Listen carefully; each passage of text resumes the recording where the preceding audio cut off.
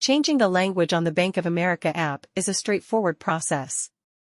Today, I'll walk you through the steps to accomplish this task seamlessly.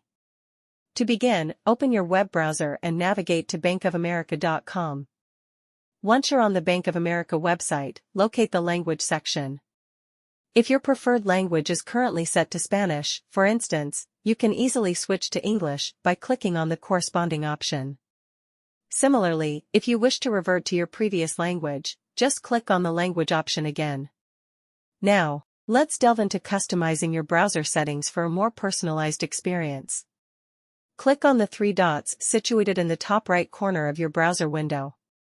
From the drop-down menu, select Settings. Within the Settings menu, locate and click on Languages. Scroll down to the Add Languages section and click on it. Here, you'll find a list of various languages. Simply select the language you want to add by clicking on it, and then click on Add.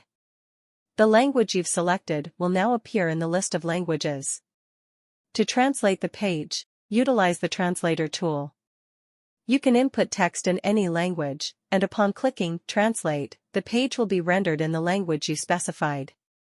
If you wish to revert to English, you can easily do so from the translator tool. And there you have it.